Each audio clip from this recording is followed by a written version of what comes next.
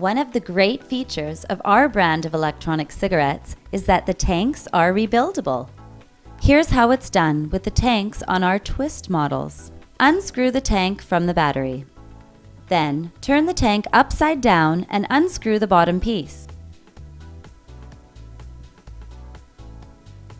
Simply grab the post and unscrew it from the bottom piece. Discard the burnt-out coil and screw in a fresh one.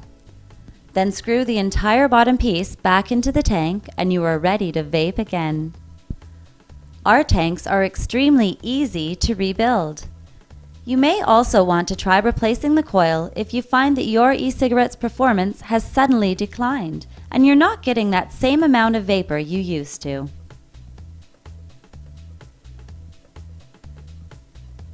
Feel free to contact us if you have any questions about rebuilding your tanks.